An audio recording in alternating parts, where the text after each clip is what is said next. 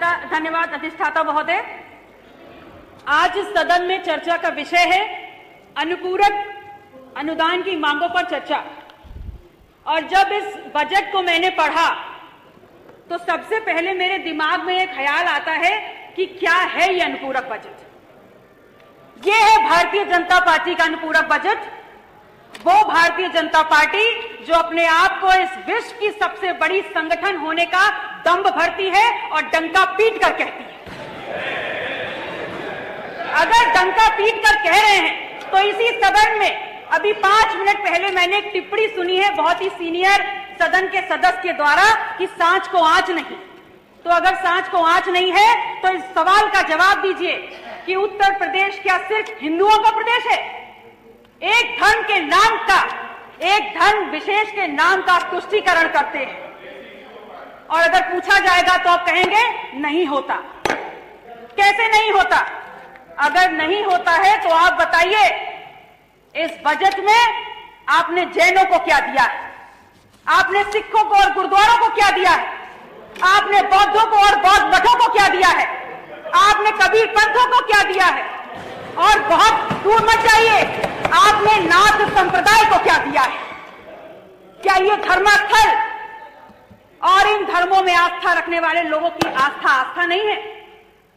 आपके लिए बहुत अहम है कि इन विषयों पर चर्चा हो और आपको इस बात की तनिक भी चिंता नहीं है और तनिक भी गंभीरता से आप ये नहीं सोचना चाहते कि उत्तर प्रदेश की बहुसंख्यक आबादी इस देश के दलित और पिछड़ा ने बनाई है और उनके हक और अधिकारों की चर्चा इस सदन में प्राथमिकता के आधार पर होनी चाहिए।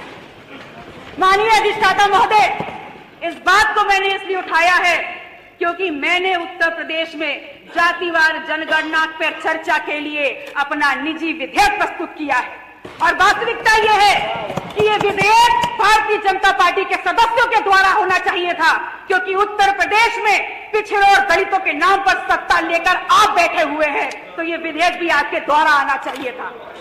और ऐसा नहीं है, पर्याप्त संख्या में भारतीय जनता पार्टी में पर्याप्त संख्या में दलित और पिछड़ों की नुमाइंदगी करने वाले, प्रतिनिधित्व करने वाले यहाँ पर सदस्य बैठे हुए हैं, लेकिन सब के सब पंगु हैं और आप पंगु हैं।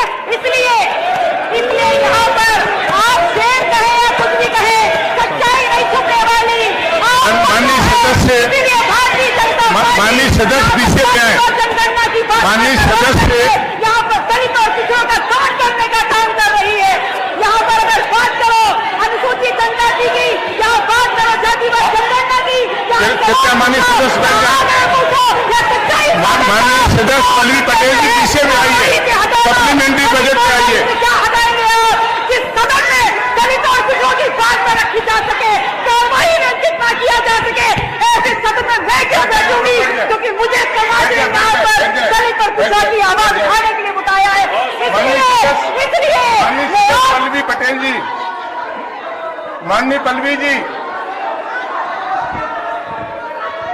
आप लोग माननीय पल्लवी जी पीछे पे आए, पीछे पे सप्लीमेंट्री बजट पे। माननीय अधिष्ठाता जी, बैठ जाए।